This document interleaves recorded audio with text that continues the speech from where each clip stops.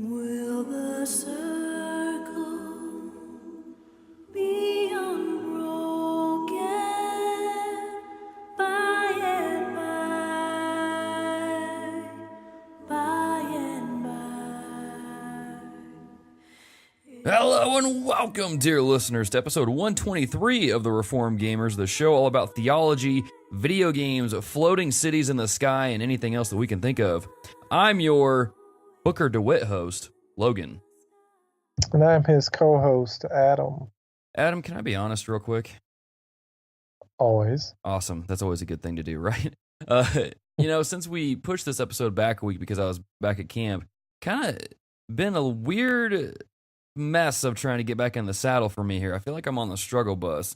Got my coffee, but then I realized, I don't have any of my notes here, so I had to run and grab those. I mean, the dear patrons who get this episode early in the uncut version heard all kinds of struggling going on. I don't know, man. I feel like it's like in Spider-Man 2 when Peter Parker loses his powers and then he starts getting them back slowly but surely. I feel like that right now, man. I feel like I need to. You've just got you've got the camp on the mind. You've got Octopath Traveler on the mind. You've got Fortnite on the mind. It's all the things. Very true. It's very true. So very true. I also got a lot of Funko Pops on my mind. I started getting into those and collecting those, and that's a rabbit hole I never thought I'd get down. But yeah, I saw that. Yeah, that's a weird thing that we don't need to talk about. So what's up, dear listeners? Just in case you didn't notice by the name, the music, and all that stuff, we're going to be talking about Bioshock Infinite this episode, the third game in the Bioshock series. It's going to be a lot of fun. But first, as always, we got to do a little bit of housekeeping. Brought to you by Dear VIP Luke Strain. Luke Strain, sir, thank you for supporting the $25 tier and up on patreon.com. As always, this being our second episode of the month, we're going to do a patron giveaway for a game or gift card here. Let me shuffle up the names of the patrons real quick. As always, you can support us at patreon.com. /The Reformed Gamers. Sorry, brain lost out, went crazy. Anyway, Jake Walker, man, you have won our game giveaway for this month here in July. We'll be shooting you a message on patreon.com. Be looking out for that. Be getting in touch with you, and we'll go from there to get that set up. As far as other housekeeping goes, don't really have a whole lot. Don't really have anything, actually, so we're just going to jump right into the show. Hello and welcome to the Reformed Gamers, the show where we talk about what we've... There it is, man. There it is. What have we been playing? Brought to you by Dear VIP Gareth Evans. Good sir, thank you for supporting the $25 tier and up. Adam, good sir, save me, man. Save this episode. Tell the dear listeners what you've been playing. Well, it's that weird summertime. I know our brothers over in the Backlog Beatdown been talking about this some. It's like now is the time to get some games done that you haven't. Like we haven't had a lot of major releases. Now Fortnite has been taking out a lot of that time, and so I've been playing a lot of Fortnite. I've got back into it on the Switch. Mm-hmm. I find that the people on the Switch are much more my skill level. They're not very good. Yeah, that's and what so I've noticed too. I get a lot of kills. I get a lot of wins. Like I've been winning. Like I finished in the top 10 like all the time, and so I've been enjoying that. Now having to like get on Discord and stuff kind of stinks. Like it's kind of ridiculous that I can't just get on there and chat. It makes that piece a little bit more complicated. I've been playing a lot of that, a lot of Fortnite. I was texting you, dabbled in Paladins going free on Switch, so I'm going to be dabbling in that a little bit here and there. Good little Overwatch clone. Playing some Everybody's Gone to Rapture. Hopefully, maybe in the future we'll be talking about that, just kind of seeing what it's all about. Walking simulators are always kind of tough. Yeah. Especially that one because you can only walk one speed. And you're like, why can't I go faster? Yeah. It's kind of excruciating. Well, so I want to say if you hold down R2 or circle, I think it makes you run slightly faster. But yeah, but not enough to really matter. You're that's true. At least the game looks pretty slow. Yeah, I mean, I've enjoyed it. I'm about halfway through it, so playing through that, we'll see what happens with a potential episode with that in the future. But the main thing that I've been focusing on is I got the Horizon Zero Dawn, the DLC, a month or so ago. There was a $20 sale at Best Buy. We got the Gamers Club, so I got it for like $15. Nice. And There's a really good DLC. I finished it Yeah, the other man. day.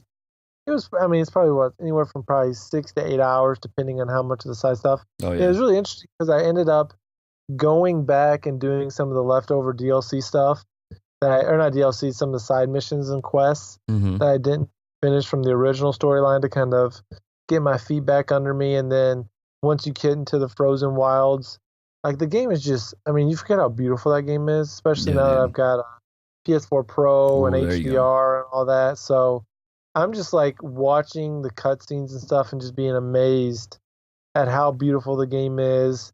I thought they did a really good job with how they kind of made the machines a little bit harder. Yeah, with the bears and So stuff. yeah, you got the bears and you've got they're kind of like corrupted, and then you've got the towers throughout the map Mm, that yeah. you've got to kind of destroy first or heal. So it's cool kind of having some of those aspects. And in this one, you really have almost like companions in a lot of the missions. They're not always the Oh same yeah. one. Towards the end, you've got two companions that kind of go with you through the last cauldron. But then there's a couple like hunting missions where you've got a guy or a couple guys with you kind of helping you out and kind of keeping the machines distracted. So just trying to, play around with some of the weapons, some of the new weapons, trying to remember because, when you haven't played a game in a long time, you kind of forget what you're doing functionally. Now, this game came out when Zelda. So I remember going Oh between yeah. Horizon Zero Dawn and then Breath of the Wild and being like the controls all jacking me up. So Yeah. this one, I found myself playing it, I think, a lot differently the second time. The first time I played it, I did a lot of like the trip caster. Oh So yeah. I'd set up traps, constantly be dropping traps and so on, and kind of luring them into them. This one, I played it a lot differently. I would tie them down with the rope caster so they fall over, and that just be raining the like the bombs. I don't remember they were like Is that uh like the slingshot kind of thing? the slingshot bombs. Yeah. So I just launching them, and then once you unlock a couple of the weapons for the Frozen Wilds, there's like a freeze one, there's an electrical one, and a fire one. Yeah. I would use those a lot because they were really powerful. So I found myself playing it really differently, which was really interesting. But I'm really glad I played it, and especially for the value. And I'm gonna probably trade it in or sell it and get most of my money back. But it was definitely worth the 6 to 7 to 8 hours that I put into it, especially in this season where there's nothing really new coming out. I didn't get Octopath Traveler, so Mm-hmm. I don't really have that, and I've kind of burnt out on Mario Tennis. I think I'm actually gonna get rid of it. It's just Oh. one of those games where I played it for a season. The single player wasn't something that was keeping me around. Like I enjoy it when I play it, but I'd rather play Fortnite. I'd rather play Paladins. I'd rather play Stardew Valley. It's not something that keeps drawing me in. Right. And so like I might as well actually I'm going to sell it to my brother-in-law to give to my nephew for Christmas. So help him out, give it to him on a deal. But so yeah, that was kind of disappointing. But yeah, Horizon Zero Dawn Frozen Wilds. I mean, I definitely recommend it if you have played Horizon Zero Dawn and you never got around to it. It was worth it, and some of you may be like, oh, it's just more side missions and stuff. That's fine. I mean, it's got a cool little story there Mm-hmm. in this area and this new people, and like you kind of challenge a chief and a tribe and stuff. So there's some interesting stuff there. But yeah, definitely enjoyed my time. So that's what I've been focusing on mainly the last 2 weeks or so. Yeah. One of the cool things about Horizon, the Frozen Wilds DLC, is that actually there's a couple of videos that we have up over on our YouTube channel, youtube.com/the Reformed Gamers, that you can go and check out and get a look for yourself, see what you think about the DLC. Maybe that'll push you one way or another. I really enjoyed kind of fleshing out that world a little bit and seeing how a new tribe did things in their own lands. It was kind of a cool little thing. I love it when games do that, especially when I've already enjoyed the base game so much. As far as what I've been focusing on, playing quite a bit of is Octopath Traveler because, Adam said in the last episode, I'm getting the game, so I'm just going to talk about it.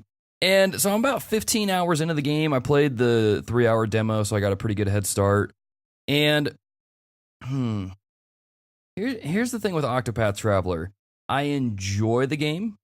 I don't know that I love it as much as the people in our community do. I was kind of let me start with the good things, the things that I really enjoy. Really love the music. The music is fantastic. It's probably one of the like I'll say top 10 soundtracks in video games.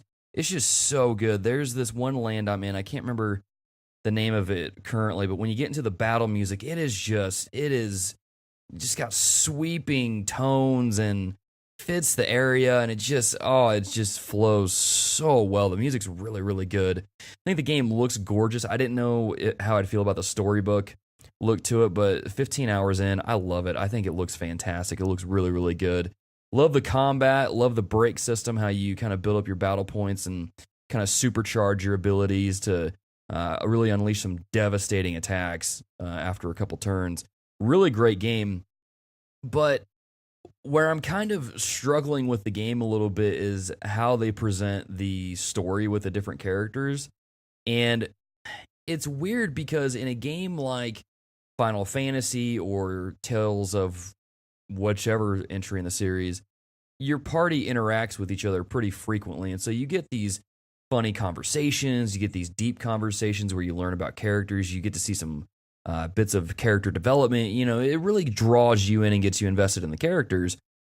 But each character's story is isolated to that character, and so the other characters don't really interact with each other, and so it just feels kind of disjointed, I guess. Like it's missing something there, and so that's kind of frustrating. I mean, there's parts where I started chapter 2 of Cyrus, who's like the scholar magic character, and there was 2 other characters in the party who presented these little side conversations that you could initiate, which was nice, but it feels weird that you have this band of characters and they're not really talking to each other, they're not really interacting with each other, they don't really have a certain purpose to band together to do things except like, oh cool, you want to help me. It's like, well, why do they want to help? Like, why does this it feels very disjointed, like it's not cohesive like it should be. And so that's kind of frustrating. And the other thing that I'm kind of frustrated with, and I might have to save this for another episode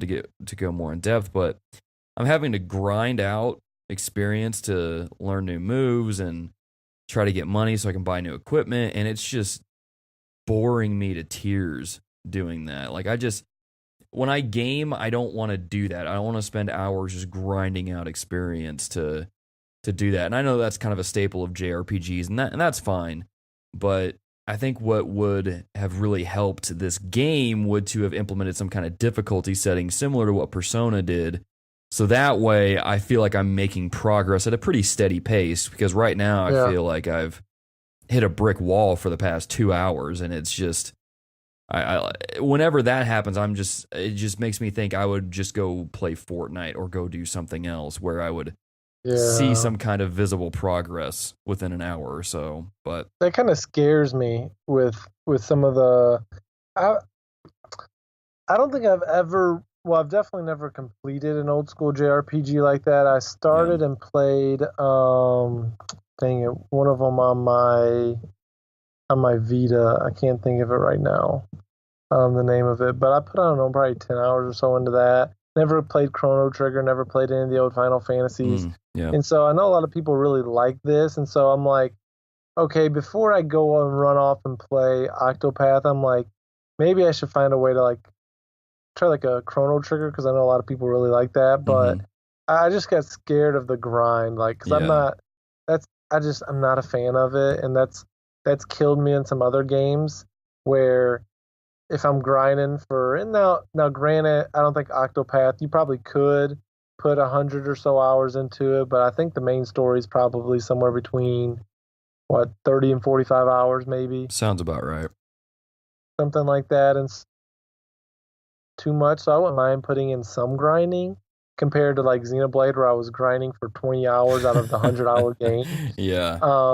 And I didn't even finish it because I'm like, I've got to grind more. Thankfully, the second one I didn't have that, and so some of those aspects of Octopath, and then just it's all text dialogue, correct? Yeah, I mean, there's voice acting in it for like the main story chapters, but it's mainly a lot of text. and so some of that, like, I don't turn-based combat doesn't bother me too much. I mean, I've played Personas and some of those, but it's Hmm. still not my favorite type of game.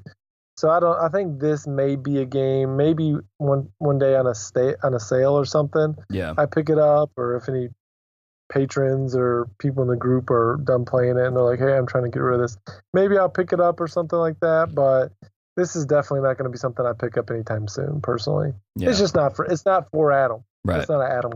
Yeah. There ain't nothing wrong with that. Ain't nothing wrong with that at all. Lower your Yeah. pitchforks, dear listeners. It's all right. It'll be okay. So let's move on to what have we been reading. Brought to you by dear patron, dear VIP, David Skinner. Adam, good sir, what have you been up to in the reading department? Man, it's been kind of nice. I've been home here recently more. Like we had a wedding this last weekend down in Nashville, and but other than that, we haven't been doing too much traveling. So I feel like I've been able to get some more reading in than Oh, that's good. I had the rest of the summer, like more consistent reading. And so I've been grinding through Jeremiah and the Psalms in my personal time studying that. I'm looking forward to students getting back. I've got a couple studies that I'm looking at doing with them, or I think I'm going to look at reading the Beatty's commentary on Luke for the Christ-centered exposition. So I'm looking forward to starting that up here in a couple weeks. But one book I've read and I finished that I'm going to talk about tonight. It's kind of, the title sounds a little weird, but it's called The Uneasy Conscience of Modern Fundamentalism by Carl H. Henry.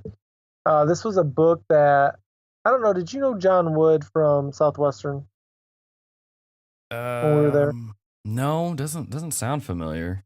He worked in Dr. White's office and stuff like that. He's now here at Cedarville.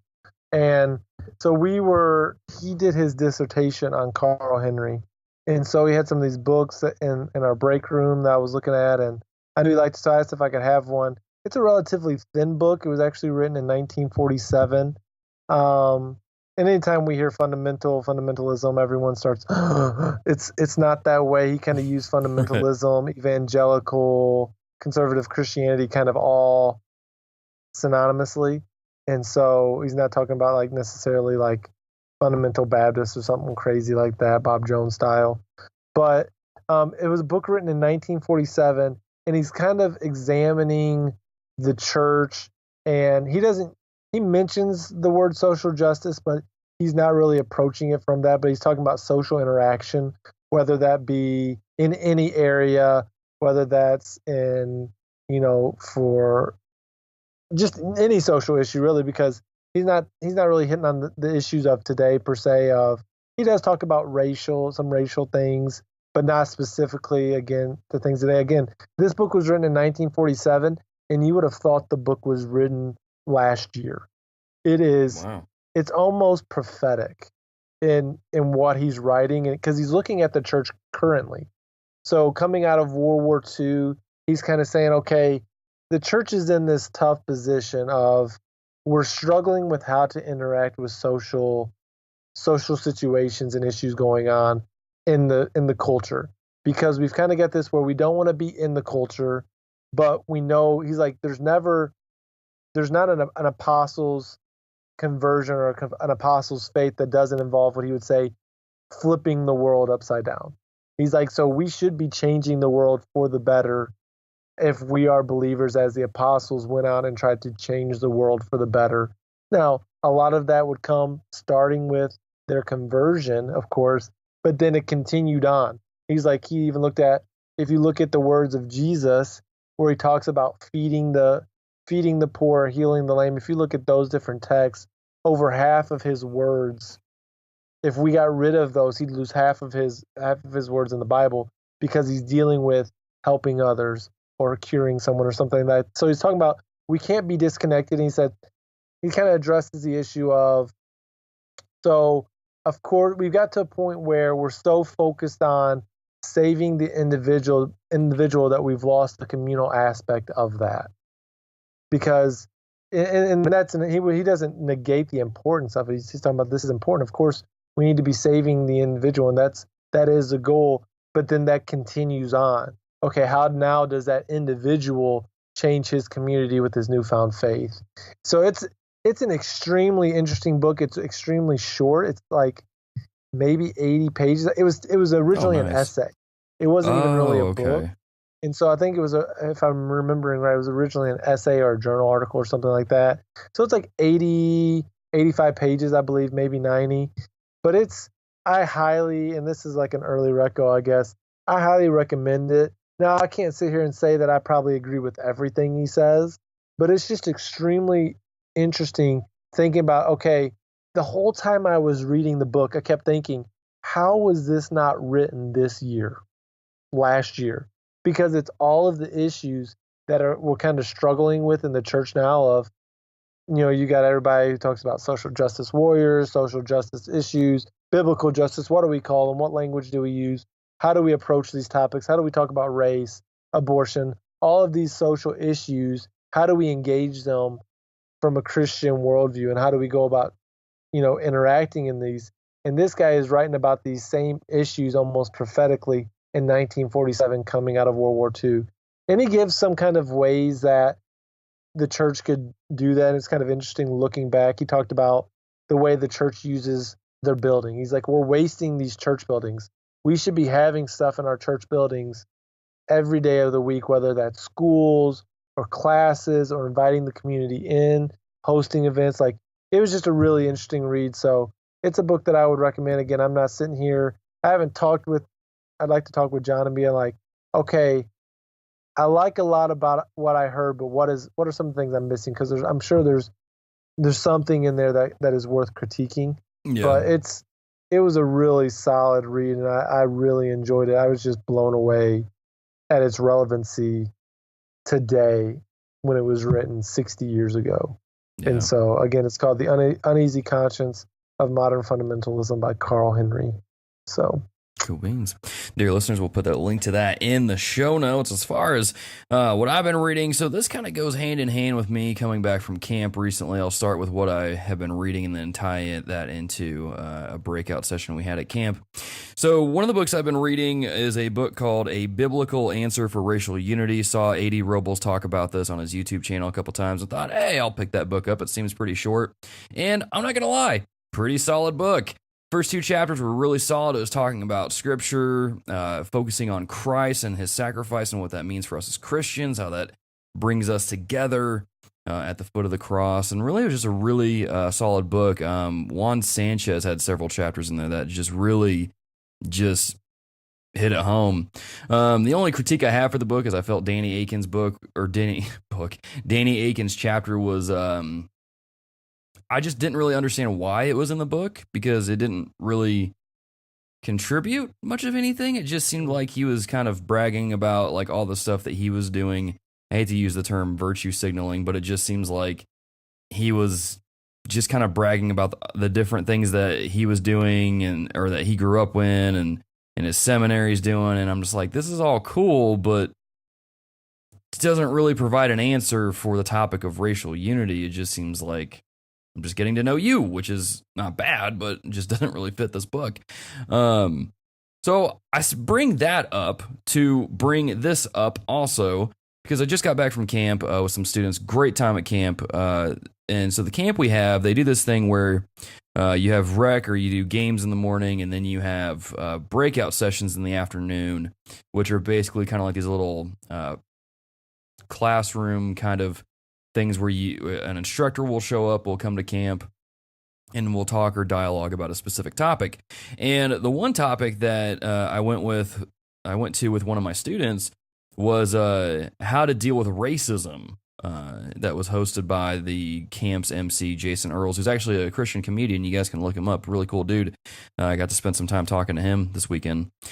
And so he was talking about racism and how that's affected people and how that's really messed a lot of Christians up. He asked the question of, how many of you were kind of carriers of racism? And, I was like, that's an interesting phrase. And he gave the example of how his grandma, when he was young, told him like, don't go dating any white girls or don't be bringing any white girls home. Because white girls are bad or stuff like that, and so we had a lot of good conversations that dealt with those kind of things, and And me and him kind of related on that same level because my grandpa said a similar thing to that effect to me growing up. But so we talked about that, and so he took it to scripture. He took it to scripture about how this kind of stuff. We tend to see this stuff play out in church among different people and things like that. And so he took us to James chapter 3, verses 13 through 18, which is, I mean, he stopped at verse 15, but I'll read through the whole thing. And so it says, "Who is wise and understanding among you? By his good conduct, let him show his works in the meekness of wisdom. But if you have bitter jealousy and selfish ambition in your hearts, do not boast and be false to the truth. This is not the wisdom that comes down from above, but is earthly, unspiritual, demonic. For where jealousy and selfish ambition exist, there will be disorder in every vile practice. But the wisdom from above is first pure, then peaceable, gentle, open to reason, full of mercy and good fruits, impartial and sincere. And a harvest of righteousness is sown in peace by those who make peace." And so he kind of tied that in with how, you know, we try to have these conversations about race and racism, and they often kind of veer off the road essentially and go down a cliff. And so he was talking about how it's interesting how when it comes to people, because in Christ, you know, since we are all one, it's interesting how when people bring this kind of thing up, like racism or whatever, or act on it, they're not.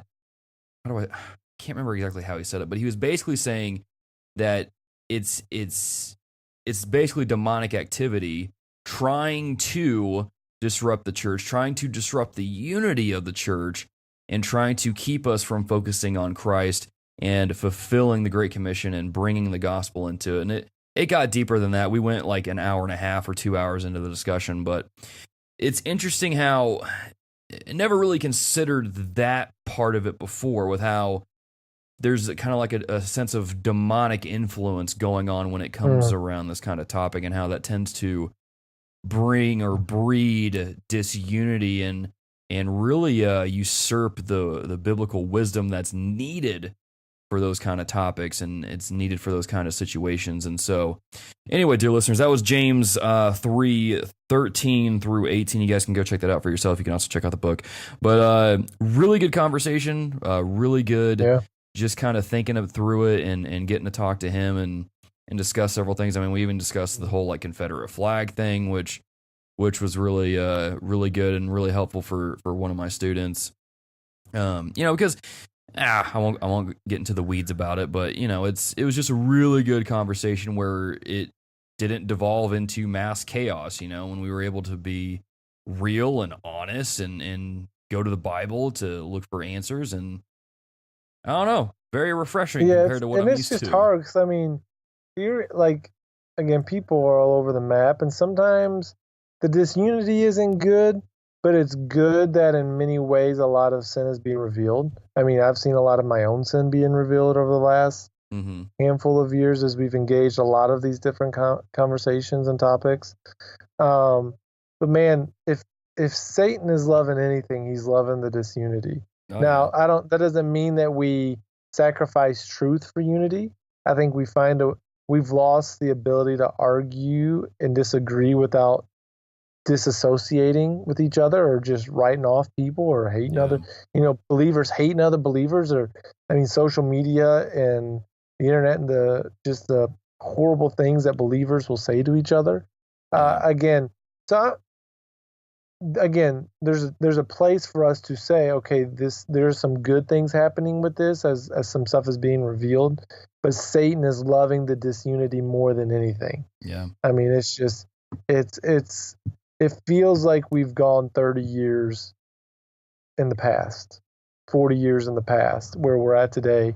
And we're not going to talk about all the reasons for that. I mean, we probably could all know what a lot of them are, but it's just a weird time to be alive.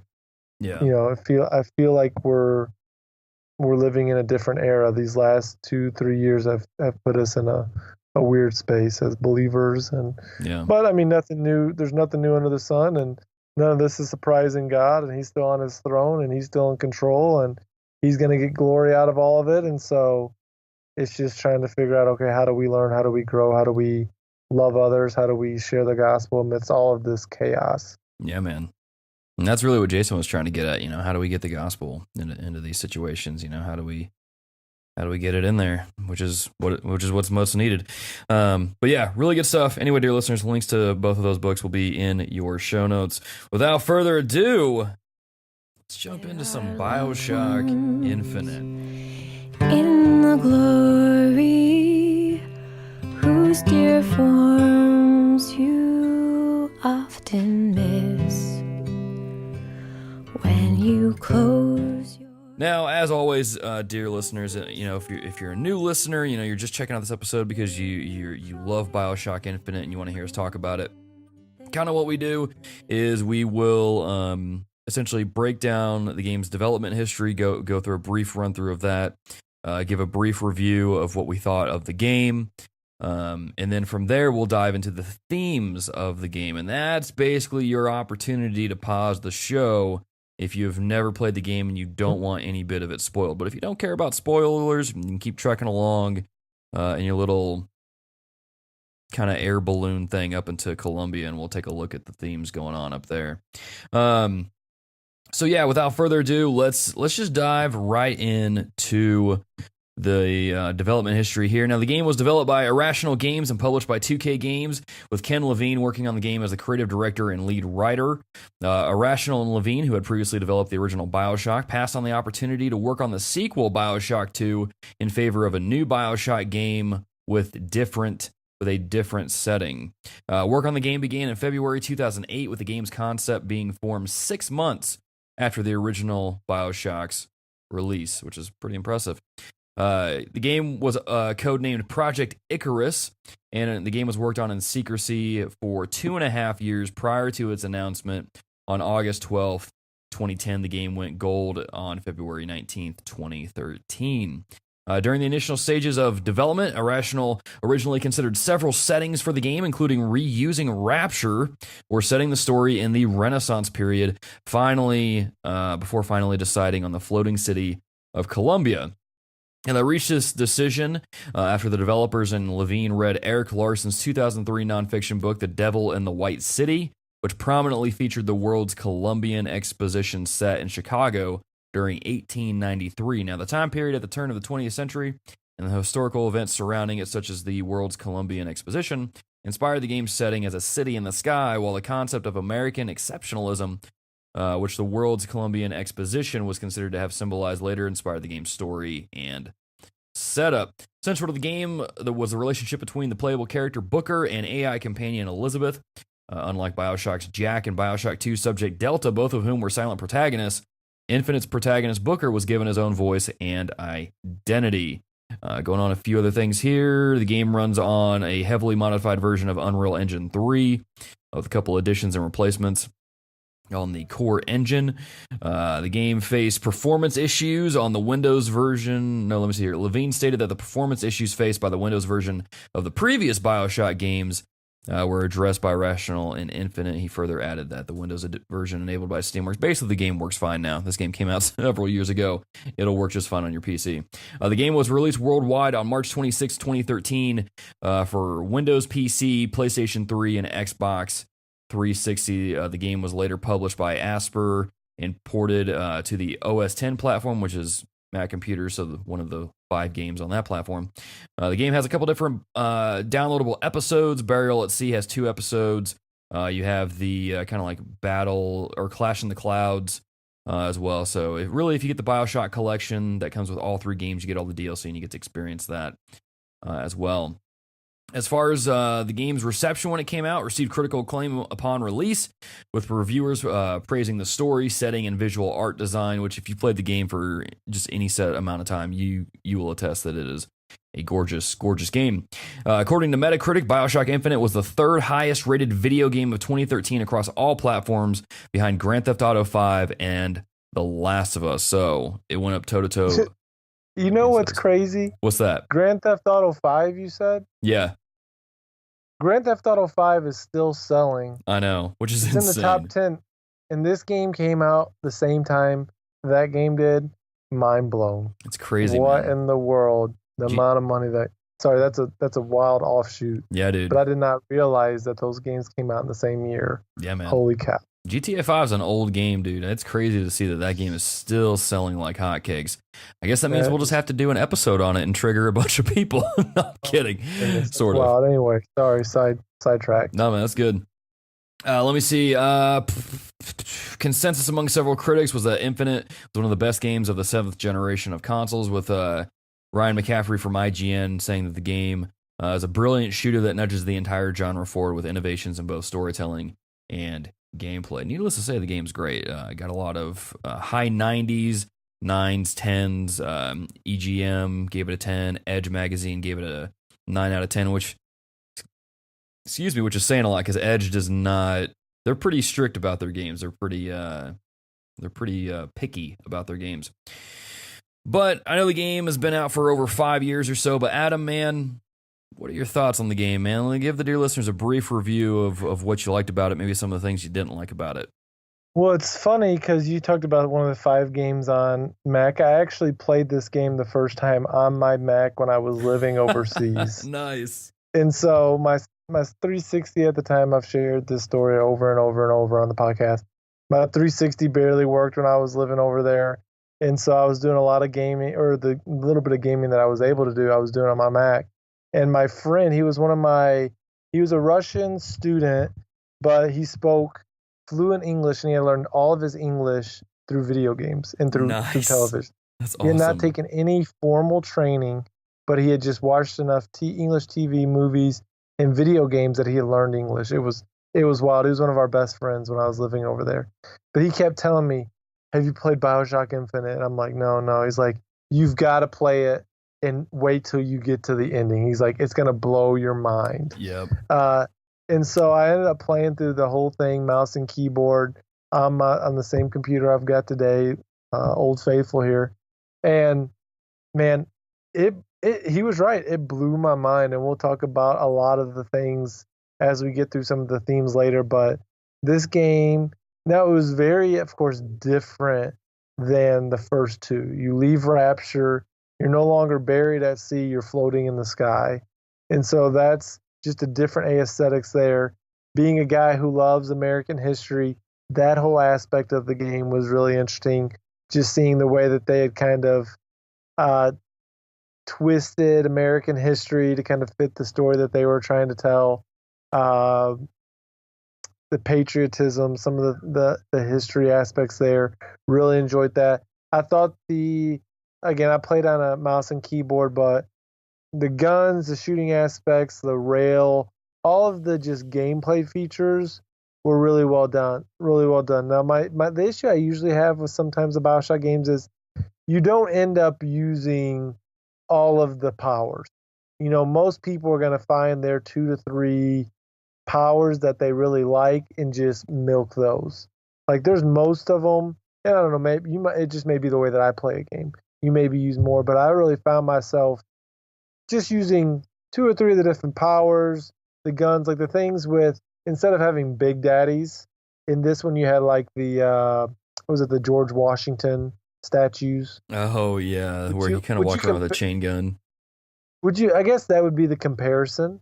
There's not really a 1-for-1 comparison. That's kind of like the heavy enemy that you face throughout the game is kind of that George Washington. So not having the big daddy, you know, you can kind of use your different guns, you know, however you like. But this game is intense. And I mean, there's so much that we could talk about. We're not going to hit everything. I mean, I was just reading up on some of the different themes and stuff, doing some research before the episode.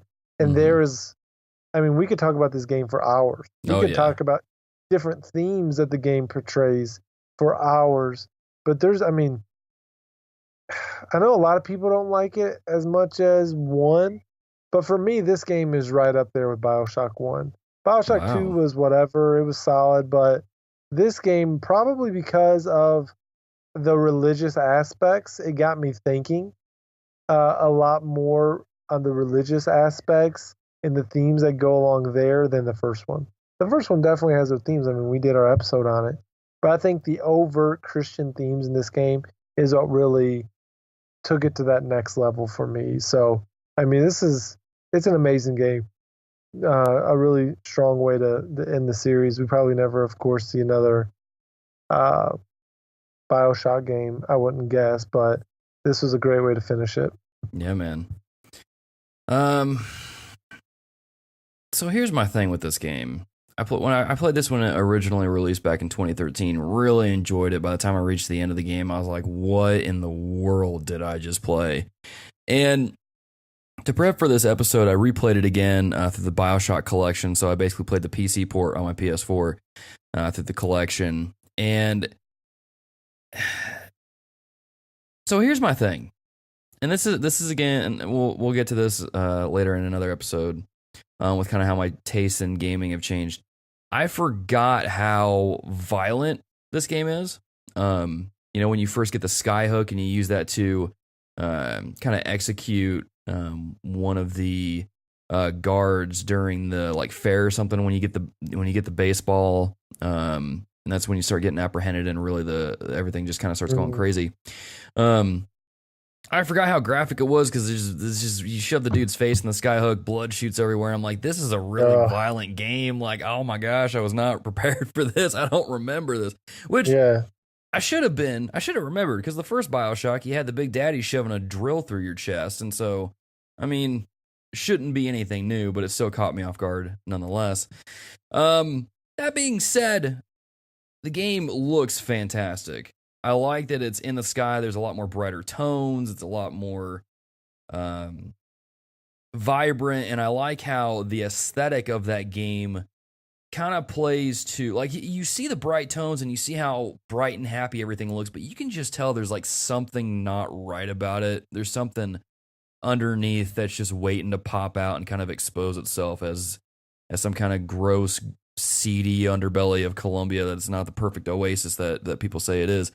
So it was really cool, and I think it's so well designed. Like, between that and the way the game looks and how it fits the theme of the 1920s, I think is when it's set. Just really well designed stuff. I'm like you, man. I pretty much, by the time I reached the end of the game, I found myself only using 2 of the vigor power things. And I just didn't really care about any of the other ones. It's just, I mainly used the electric one and the charming one to override the robots and turn them on people. But golly, dude, this game is a roller coaster ride from start to finish. Like, there's just so many more action set pieces and things like that. But I think I'll probably differ than you. I don't think this one matches the first Bioshock. I think it comes close in a couple areas. But for me, I still felt, while I was playing the game, I still felt like, man, I would just rather be playing the first Bioshock right now. But I also really like the ocean more. So yeah, I think it's just they're within the same, I guess, universe. Or universes. And that's kind of something. That's a whole nother conversation of as we talk about universes. Yeah. But one being in the ocean, there's just such a contrast of the aesthetics of the game. Yeah. Just being in the ocean, the neons. I mean, everything in the first one it's dark. There's neon lights. There's spotlights. There's scraping. It's much more almost horror. You know, they're trying to get the first one. I mean, I could only play it in sections because it would like freak me out if I was playing it at night because you'd have the things dragging their hooks on the ground and they've got their mask on. So it's just almost a very different than you at this one. It's outside. It's bright. You're walking through this city in the clouds. You've got the old-timey music going on. So just even thinking about the games, it's not like 1 and 2, where they're basically in the same world, same characters, big daddies, all those things. They're just very different 1 and 2 compared to 3. And so because they have the name Bioshock, we just, they have to be judged together. But their stories don't necessarily connect.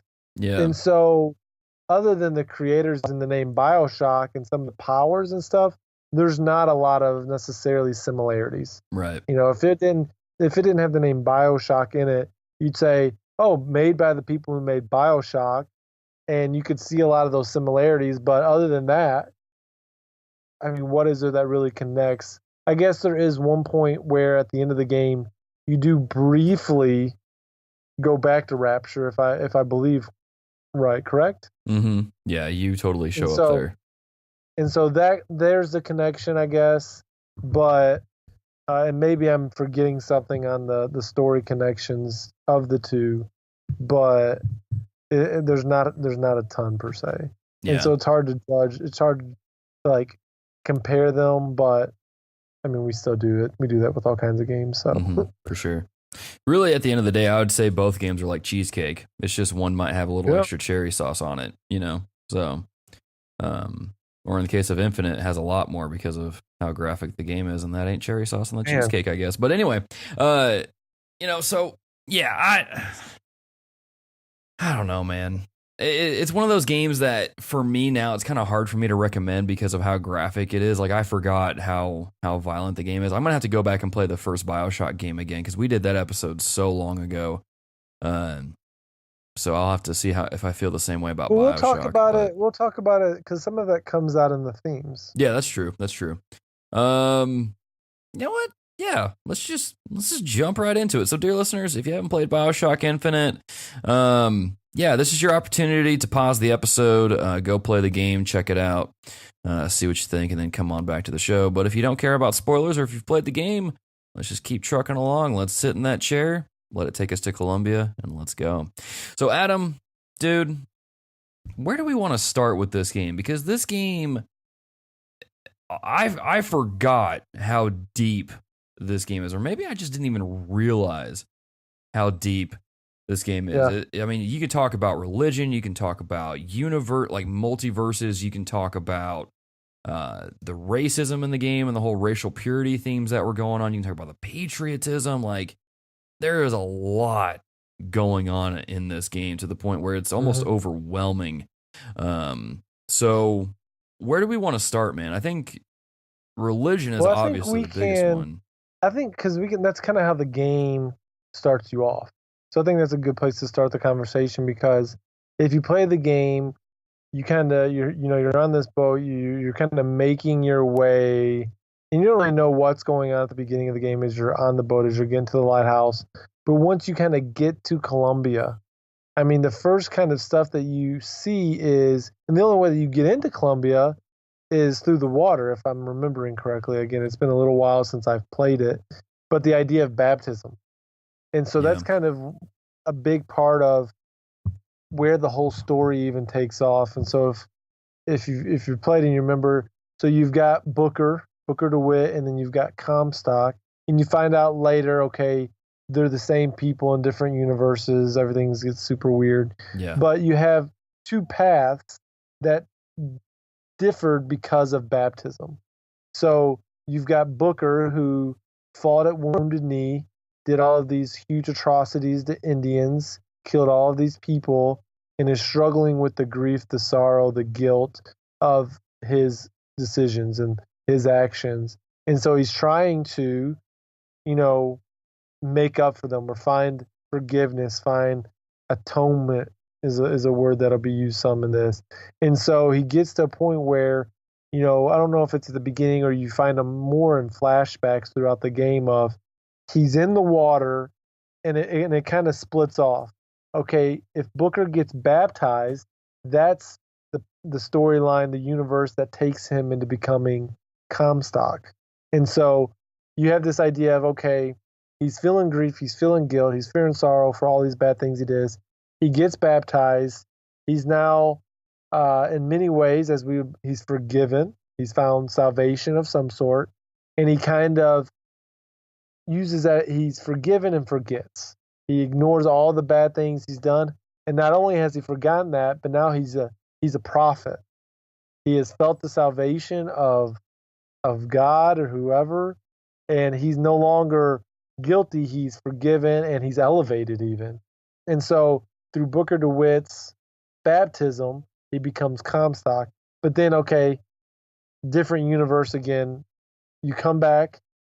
It kind of is a cyclical thing. It's keeping repeating himself. Now you've got Booker DeWitt in another universe, another storyline. He doesn't get baptized. But because he didn't get baptized, he's got sorrow. He's still got his guilt. He's saying, how do I atone for all of these horrible things that I just done? So he goes into sorrow and despair. He tries to drink. He's an alcoholic. He's trying to drink all of his sorrows away. He gets in a bunch of gambling debt. And that's where we come to the story of his daughter, Anna/Elizabeth. And Comstock and somehow in this other, well, that's not. So he gets in that, and these people take his daughter, and Booker's new thing is, okay, how do I get my daughter back? And so the story starts off, okay, what is the purpose of like baptism? Was it good for Booker DeWitt? Was it bad for him? How does that play into how we view? Because, I mean, this game gives kind of its view of baptism. The game is very much a very bad view of Christianity. And I read an article, and we can put it in the show notes. I've got it in our notes. It's entitled "In Defense of Religion in Bioshock Infinite." It's made by. It was actually written by one of the guys over at. I don't want to quote it right. Like Game. What is it? Game Church or GameChurch.com. Yeah. Yeah, and so he's one of he kind of has written for them in the past, but he's kind of talking about is like the Christianity portrayed in Bioshock Infinite is about as much of a Christianity as the Westboro Baptist guys who go and do all these crazy things. It's a tainted view of the gospel. It's a tainted view of religion. And so their view of baptism in the game is also one that is not correct in many ways. There are aspects, like in a lot of heresy, a lot of religions even, like there are a lot of things in other religions that we can look at and say that one aspect, yeah, that's good and true, but then you then go and twist it in another aspect. Yeah. And the larger picture isn't true. And so there's a picture of, yes, your baptism, it isn't what forgives you. It's not what saves you, but it's as we would say in the Baptist world, it's an outward expression of an inward change. Mm-hmm. There is some truth to that where we are forgiven and God does forget our past sins and so there is a part of that, but now we don't take it to the extreme of now we're elevated to this level of prophet. So what do you think about some of the way the game portrays baptism right off the get-go? Because I mean, the game smacks you in the face with religion 5 minutes into the game. Yeah. And I remember when this game came out that this was a huge point of contention for a lot of people. Some people even took the game back because they didn't want to they didn't want to interact with this because they felt it was a blasphemous thing. And to a degree, I think it is because it serves a bit of a purpose for the narrative. And I mean, we can pick apart that whole baptism scene from what happens at the beginning of the game and the end of the game and the drastic differences between the two. But I found it interesting that if Booker gets baptized, as you find out in the game, he becomes Comstock. He becomes the religious fanatic bad guy, so to speak. And I thought that was an interesting take on it because it almost seems like it almost reminds me of kind of Far Cry 5 with how they try to use religion to promote like a cult kind of mindset. And it's a similar thing here in Bioshock Infinite, what I found when I played through the game. But I mean, the biblical standpoint of baptism is that, we don't become enlightened, so to speak, through baptism, because baptism isn't what saves you or redeems you. That's what Christ's sacrifice on the cross does. And then the baptism is as you said, an outward expression where you are identifying with Christ. You are boldly proclaiming that you are now under his authority. You are following him. The old you, your sins of your past are dead and gone, and you are being raised to walk in newness of life. Which, here's the thing. Let's talk about the end, where you go through another baptism, but you don't come up out of the water, because in order for Comstock to never even exist, Elizabeth basically puts you under the water and drowns you. And then as that happens, you see the different Elizabeths that show up at the end of the game slowly fade away. Now, again, we can get into the whole aspect of how time and works and all that stuff and really if that happened at that point in time, it shouldn't matter really when you're playing the game because the game wouldn't even exist. But we won't go down that wibbly wobbly timey There's a wimey lot of route. paradoxes that go on. There's some crazy Exactly. theories. There really It's is. still a video game. But I found that interesting. And the article you put on there kind of talked about this a little bit, is that, when you go through baptism, in a way you are killing your old past, your sin, you're putting that to death. You are essentially sacrificing that or denying yourself to follow Christ, but you don't come up out of the water unless you go through the end cutscene thing and then you wind up in the PI office, and even then I still don't really know what's going on because the game is so confusing. But it's just the thing is, it brings this into the game, but it doesn't really represent it well because it makes it seem like if you come up out of the water, you become a religious nut job.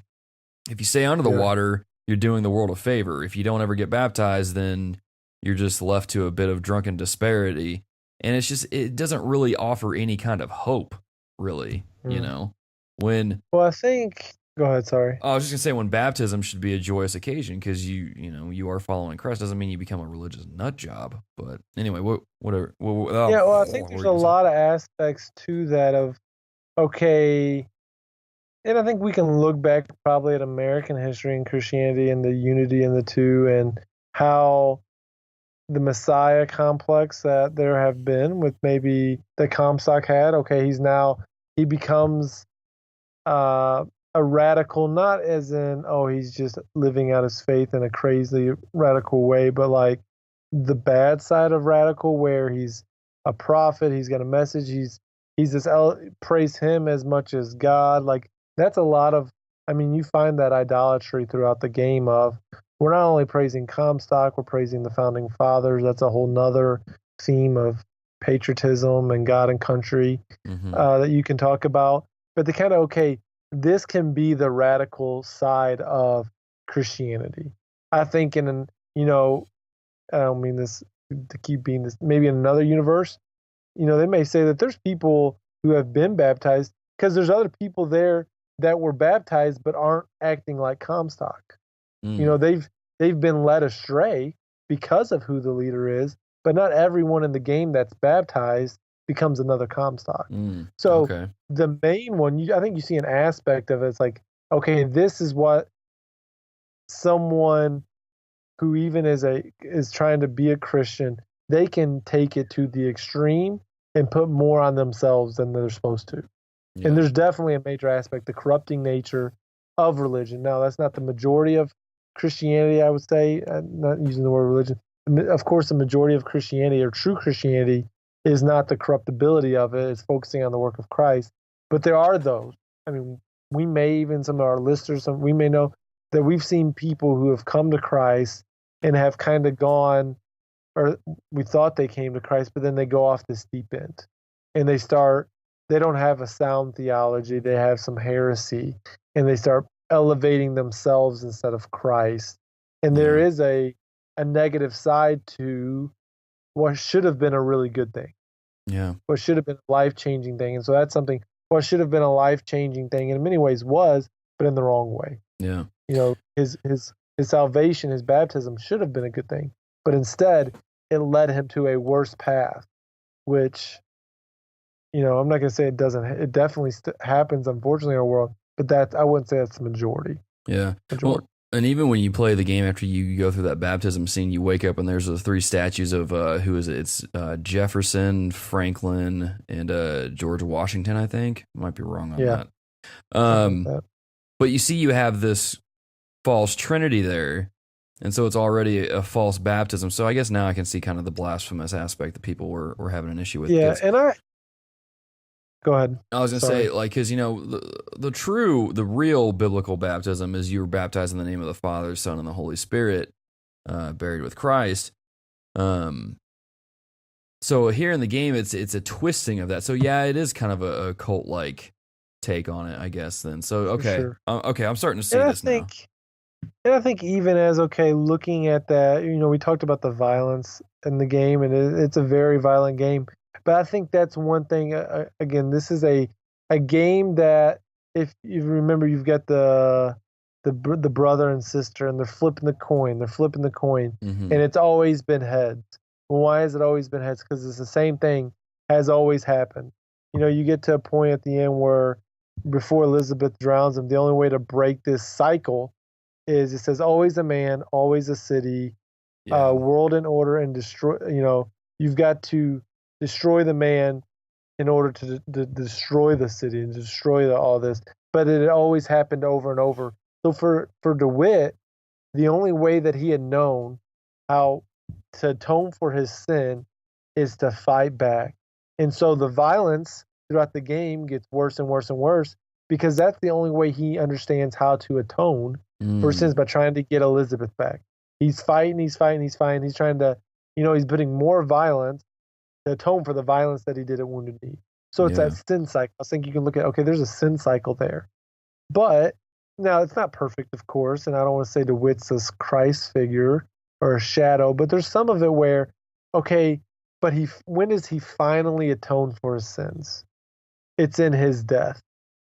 Yeah. It's in his drowning at the end. And so, no, you can't look, okay, it's not better to not be baptized. I mean, that's not the argument, but it's saying, okay, he finally learns that I can't break the cycle through fighting all of this out. It's got to be through sacrifice. It's got to be, in his case, not through Christ, as we would say in our salvation, but the salvation of these people, of his daughter, of even kind of himself. Again, looking at all these weird universes, is he's got to sacrifice himself. Because when she first starts to drown him, he for a second begins to fight back. Mm-hmm.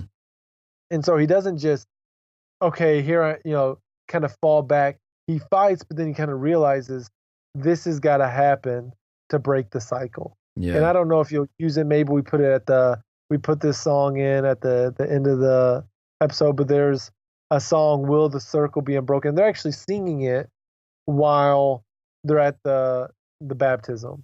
Will the circle be unbroken by and by or something? And that's the thing. That's how the cycle is broken, is through that sacrifice. And so just a really interesting understanding of atonement in some ways, because he finally understands. And that's what we would say. Atonement doesn't come from our workings. Right. It comes through the sacrifice of someone else. And so all the people in Columbia, Elizabeth, their salvation doesn't come through their own work in some ways. And again, not to say he's a perfect figure, but through DeWitt's sacrifice of himself and allowing himself to be drowned, he then saves this other universe of Comstock, of Columbia, of the racism and all the bad things that are happening in Columbia. Through his sacrifice, that universe, that timeline is destroyed. Yeah. And so I think we can point to that with a lot of our lives. Because of Christ's sacrifice, because of his atonement, the timeline of Adam's death, destruction, sin, all the bad things that I would be or should be or could be if not for Christ's sacrifice are not there because of his sacrifice. Yeah. I often talk about with friends and people talking about how I look back on even me as a younger Christian or when I was a teenager, the things I said and did. I'm not proud of them. I hate them. I've talked about that some on the podcast. I'm not saying like I'm this worst person ever, but I was not, like, there's a lot of things, as every person would probably say, that we're ashamed of that we did when we were kids. But I'm a new person, not because of Adam, but because Christ has continued to work in me. Yeah. And I'm extremely thankful for that, because I can't imagine Adam without Christ at the age of 32. Yeah. I'm grateful for that, but I'm also fearful of, like, man, what would I have been like? Yeah, it's something you don't want to think about, right? Like, I go to some of these cities. We were just in Nashville, and we're walking down the downtown strip, and it's kind of just like all these bars and all these people acting just crazy. And I'm like, this is so foreign to me. I can't even understand this world. Yeah. Of bar hopping. And I'm not talking about, okay, having a drink is bad. You can understand this is a different lifestyle. And I'm just like, it's just a foreign concept to me, because that's just never been a part of my life. And I'm grateful for that, because there's a lot of brokenness in that, for sure. Yeah. And that's the thing, is a lot of that grief that you're kind of expressing there, just that the I don't even know what the right word is, but I mean, you even see Elizabeth kind of notice this and start taking into account. This is after she shoots Daisy to save Booker. I wrote this down in my notes. She asks Booker, she goes, "How do you do it?" And he responds with, "Do what?" And she says, "Erase the things that you've done." And he says, "You don't. You just learn to live with it." And so, but you see this at the end, he kind of changes his mind a little bit. He's like, this isn't like I have to give this up. In a lot of ways, when it comes to Christ, I mean, Christ himself even said that anyone who desires, what is it? It's like if you work to save your life, you'll lose it, but if you lose your life, you'll save it. Something like that. He's not talking about like suicide or anything like that. He's talking about if you deny yourself, you will find salvation. You will find freedom from your sin, from your mistakes. But if you hold on to it with a death grip and try to fight your own way to salvation, you'll lose every time. And I think we see Booker realize this at the end of the game. He doesn't necessarily become a Christian, but it's an interesting take on atonement and how it's portrayed, because when it comes to the gospel, you're not going to fight your way to salvation. It's not going to happen. Mm-hmm. It's only through Christ that happens. You got to let go of it and give it to Christ. And then from there, you find redemption. You find freedom. You find atonement for your sins. And then through baptism, you don't become a religious crazy person, but you do find a better life, so to speak, a better way of doing things. So it's one of the things I wish the game would have gotten a little bit better. It does kind of portray it in an interesting way, but not one that I feel offers a whole lot of hope. Yeah. Well, what I do think, we can't expect a non-believing game company to perfect this. True. But what I do appreciate is that while they're not given the best picture, it allows things like this conversation to happen. Yeah. It allows things like that article to be written on Kotaku. It's not some small website. It's like in defense of religion, because this game kind of attacks religion in some ways and sees the negative sides. But this game, which may have portrayed the negative sides of religion, allowed a believer to write an article in defense of and talking about sin and Christ and atonement on a well-known website like Kotaku. Yeah. God has saved people in crazier ways than a video game. Who knows if this hasn't caused someone to explore something in some way that potentially led to some people coming to Christ. So there's definitely, I'm not going to act like it was probably a ton, but I'm not going to put God in a box. Why not? No, yeah. It's true. Could happen. Left Behind books brought my mom to Christ, which was interesting. But, there's a story there. There is a story there. We'll save that for a later day. So, Adam, I don't really know where we're at on time, but what are some other things we want to talk about here? Because we're not going to be able to get to everything. We can just mention some of the other themes that, sure. Of course, there's one of, and again, all of these kind of, it's definitely not a one-for-one. Again, I think there are some similarities of the United States and this Colombia. Again, it's a very twisted one. Yeah. Colombia founded on religion. Many people, America, these pilgrims coming wanting religious freedom. These founding fathers, a very similar path in Colombia. I'd say one probably, I can't say even one much worse, because one of racism in Colombia, one of racism in America with slavery. So there's a lot of these similarities, unfortunately, between America's history and this fictional land of Colombia, which of course is not by mistake. But there's very much, there's a theme of racism and how they're looking at purity. And again, the race conversation is just a big one right now. I'll just read this. It says, much of the city is also concerned with Colombia's purity, leading to rampant racism from many of its citizens. Upon entering Colombia, and you already mentioned this, Booker wins a raffle, giving him the opportunity to throw a baseball at an interracial couple. Mm-hmm. An entire section of the city is also dedicated to John Wilkes Booth, the man who killed Abraham Lincoln. You've also got this one part of the game, you're kind of walking through the slums or this area where it's basically all of the African Americans, and you're trying to Yeah. get them to you're trying to get them to help you, but they're not automatically just on board. Like, yeah, well, it's like they're not just gonna give you what they want Yeah. because it kind of fits your narrative or their narrative. You've kind of got to build that trust, and so that's a major part of the game. We're not going to spend the time unpacking it today, but that's a major theme throughout the game. I mean, they've got their own version of the KKK. I mean, there's Yeah. a lot of symbolism. I mean, even we didn't even talk about the Asian racism that goes on in the game. Yeah. There's like a little box of rebellion type thing there. But I think one thing that I think is very relevant to our conversation to today is kind of the way in which God and country is portrayed in this game. Oh, here we And go. I think it's one very similar to that has been coming out in the last couple of years. And I'm not going to say it's just because of Trump's presidency and a lot of things in our culture is exposing some of this. And hear me out. I love America. I'm thankful that I've grown up. I've had the opportunity to live here. I'm not going to act like America's perfect. We've had so many wrongs, and they're not this God-given country that America's never done wrong, and God has placed His hand on America to be this light.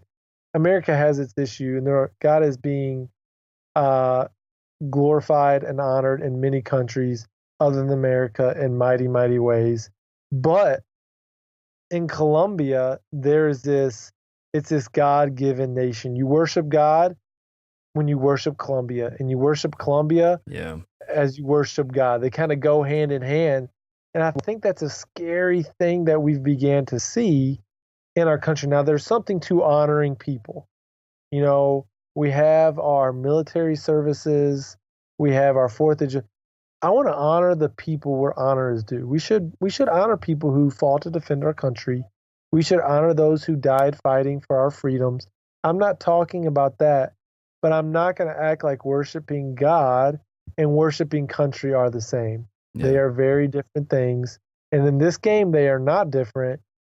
And unfortunately, you find in a lot of pockets of our country, and I don't want to paint with a broad stroke, it's not every church, it's not every believer, it's not every Christian, it's not every American patriot that loves the USA, but we have seen a lot more of this, I think, kind of coming to the surface. And again, I'll just read this, and it kind of looks at Rapture and Columbia. It says both Bioshock universes have developed two distinctly different societies that have both dwindled into similar ruins. In Rapture, a predominantly atheistic, objective movement comes and declares that man can literally do whatever he wants because no man is great and capable. Colombia, on the other hand, is an ultra-religious, borderline fascist state consumed by nationalism and loyalty to the extent that they believe few men are given divine right to serve this nation. And I think I'm going to poke the bear a little bit. Okay, God appoints leaders, Mm-hmm. and God used Nebuchadnezzar to chastise the Israelites. I'm reading about it in Jeremiah right now. So God can use bad people for His good. I mean, I even think about Habakkuk, and he says, "I'm doing something that you wouldn't believe if I told you. I'm going to use the Assyrians. I'm going to use these things." And so there's a degree where, yes, of course, God is sovereign over all. But man, we got to be careful once we start looking at our political leaders as these divinely anointed men of God because they are in certain roles. I think God can use anybody, even bad leaders, to chastise or to correct His people or any people. But there's some scary comparisons. Yeah. Some scary comparisons between the climate of Colombia and the current and past United States. I'm not going to act like it's just today. Yeah. These aren't new issues, but and I may be wrong. And again, don't hear me, dear listeners, Logan, as saying like painting with a broad brush. This isn't everyone, but I think it's fair to say we've seen some of this come out. Oh, for sure. This radicalness of there's no more really in between ground. Well, you don't see a lot of in between ground, especially on the news and social media. Yeah. You're either crazy one side or crazy another side. Yeah. And that's what you have in Colombia. They're all crazy on one side, and you see the destruction that comes behind because of that. So Yeah. I've talked enough. Unpack some of my stuff. Call me crazy. Tell me I'm about to lose 500 of our listeners. Nah. I mean, if we do, it just goes back to that thing that we kind of talked about earlier, is how, we need to be able to kind of challenge one another and then disagree and still be brothers in Christ over it. It's still fine. I would actually agree with you on some of that stuff, because I've seen some folks who treat presidents like they are some kind of prophet. And you see this happen in Bioshock Infinite, and look where it got them. You can't esteem man, woman, a human as some kind of divine being. Mm. The only person you can do that with is Christ. You can't do that with a president. You can't do that with a political leader. You can't do that with a celebrity. You can't do that with, I'll say this is going to trigger some people. You can't do it with a pope. Jesus Christ is the only people that is the only person that we should be worshiping, because he is God. A man made in God's image is not God, and you can't treat him like a prophet. Yeah, and look at the story of Colombia. You've got this guy professing to be this great leader, this prophet, and look at the divisions of the people in that game. What unity and is look there, at and again, we're getting a little political, and so, but I know. Again, we're doing it because of a game, though. We're doing it because of a game, and sometimes that's going to come out. We're not fishing for this stuff. Yeah. Well, and you can't it's really in the game, and we're just reflecting on our culture. But look at some of the divisions that have happened over the last year because of some of our leadership. It seems more divided now. Some of that division's probably a lot of it's probably already been there. It's just maybe more pronounced now. Maybe it's been inflamed some. The media is just it's just flaring it up, but it's just kind of crazy looking at some of those. So before you just disagree with us, don't play the game. Yeah, because it's crazy. It's crazy. Well, and I think this is kind of what it boils down to, is that Colombia didn't have an objective standard of what is good and what is false. Whereas we have the Bible. We have Scripture, as it says in John 1. In the beginning was the Word, and the Word was with God, and the Word was God. We have that Word. It's the Bible. And going back to that book I read earlier, that's one of my recos, if we stick to that and focus on that, we won't be like Colombia. We'll be better than that. But because of sin, because of Satan trying to sow seeds of dissension and mess people up and break churches up, it looks like Colombia. So if anything, man, this game is deep. If anything, Colombia is a cautionary tale. Yeah. In some ways, very much. Golly, dude, maybe this game is up there with the first Bioshock. Good grief.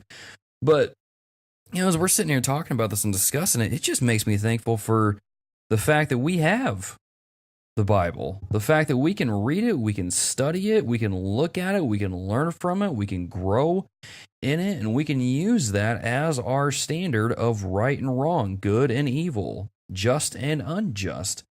Whereas people of Colombia, they relied on one man who isn't perfect, and it all fell apart because of it. They thought they were in a utopia, but they weren't. You kind of see it bursting at the seams there with the discord and everything else that's going on in there. And, without Scripture, we're really without God, period. We're left to our own vices. And to some, it might be a utopia. To others, it's a hell. And so just kind of, if anything, it's a cautionary tale that we should kind of use as Christians to be like, we need to stick to the Bible more than ever, especially in our current state of the world. I mean, come on, if we don't have that, then, if we're not paying attention to the Bible, then what are we paying attention to? So yeah, so before we get any further down that political rabbit trail and go on for another 2 hours, Adam, let's end it with this. Dear, let me say this real quick, dear listeners. As always, our episodes are a start of a discussion.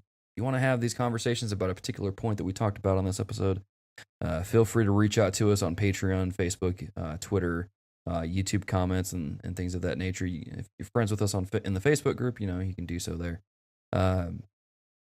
But let's do this real quick, Adam, because I don't think we got to this. Is this a game that we would recommend for folks to play? I mean, I'm down with it. Okay. I say, especially with, I think again, because of these conversations that this game makes you think. Yeah, it really does. It makes you kind of think. I mean, and then once I read up on it, it's like, man, there is a lot there. And so I think the story is good. I think the tensions between the characters are there. It can get windy and loopy with the different kind of universes and the tears, and we didn't even get to the kind of omnipotence, the all-knowing of Elizabeth and her understanding. But I mean, this is a game I would recommend, especially because of what we've been talking about. Yeah, I think just kind of as you can use the word cautionary tale. Just a way that I think some of these things can kind of be looked at from a history. Again, it's a fictional game. It's not real. We're not saying that, but there are a lot of things as I think back. It's like, okay, if a couple things went differently, these things, we could have ended up in some of these.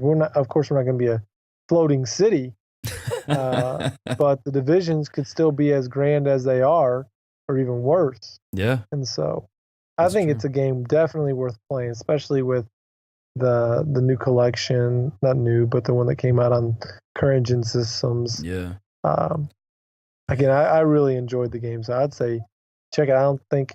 I think blasphemous. I don't throw around that word often, but so I wouldn't call it that. But I think again, they're painting a picture for a reason. Yeah.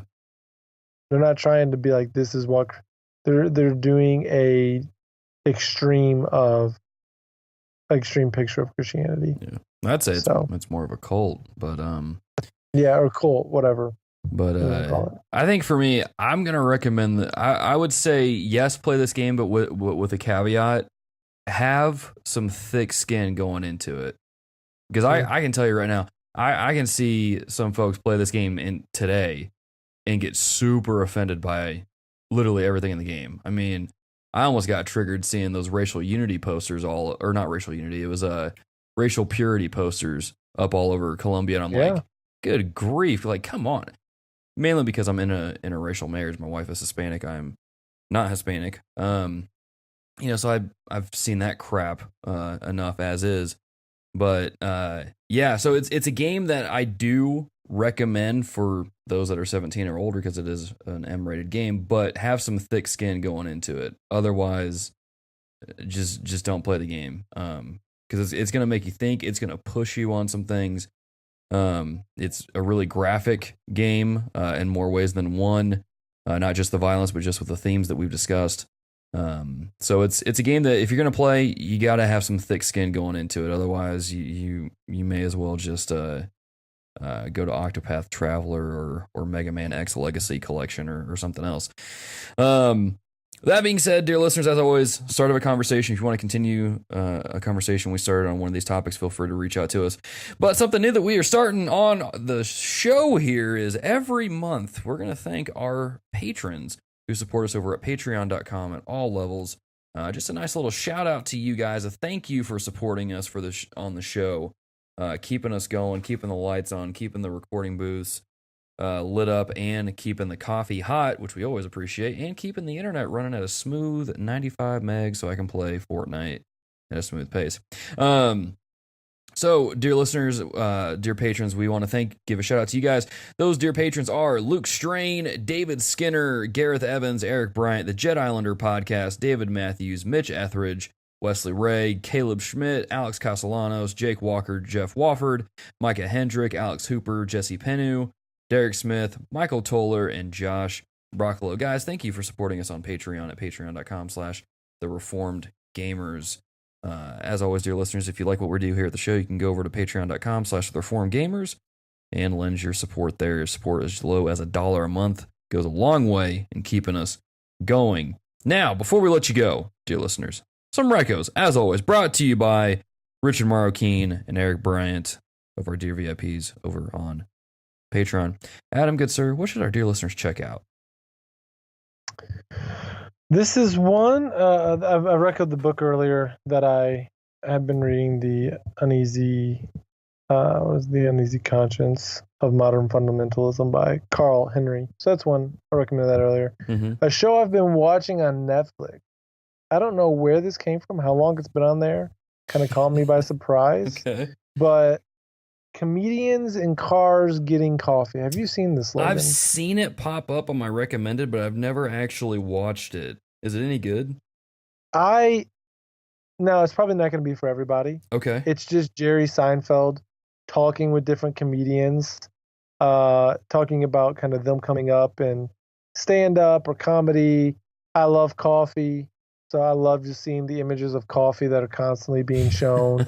I love breakfast food. They're always eating breakfast food.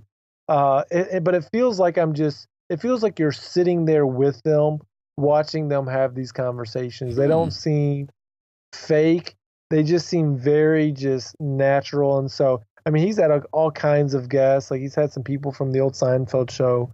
He's always driving some fancy car. Usually, sometimes it's like an old beater if it means something to the guests on the show. But I really, really, really enjoy this show.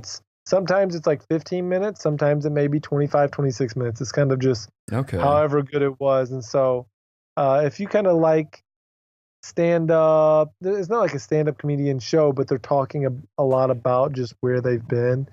I've really enjoyed it. So that's my recommendation. Nice. I'll have to check that out because I too like coffee, breakfast food, and comedians. I also like Seinfeld. That was a funny show back in the day. He does a good job. Does he? With the show. He does a really good job. I might give a couple episodes a go tonight before I go to bed. As far as my recos go, dear listeners, again, the book, A Biblical Answer for Racial Unity, I'll put links to that in the show notes along with Adam's reco there of Carl H. Henry. I also have something for you guys to check out on Netflix. I have recently gotten into Funko Pops and collecting those. Started buying some Overwatch ones. Got a T'Challa one and wearing his white robes. Sitting proudly in my office. Wakanda forever. Do what? So Wakanda forever. Yeah. Watched that recently with my wife. Really good movie still. CGI is a little weird, but anyway, I won't get into that. So I started getting into those, and a friend of the show, dear listener, Charles Watson, recommended, hey, there's a Funko Pop documentary on Netflix. And after watching it, it just made me want to go buy more Funko Pops. So here's the thing, dear listeners. If you too are into Funko Pops, or maybe you're curious about what the fascination with these things are, check out the documentary. It gives you a good idea of the community around it, kind of the designs, how the company got started. The company has only been around. It started in like 1992, I think. So it's still relatively new, which I didn't know. But really cool documentary. Something for you to check out.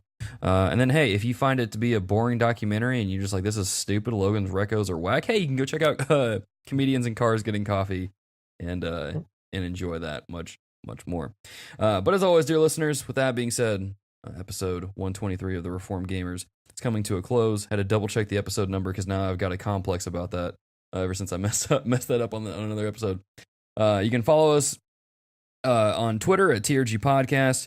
You can follow us and you can join the Facebook group, The Reformed Gamers. You can also head over to the website, thereformedgamers.wordpress.com, where we have articles going up each and every month. We started a new series called Why I Quit.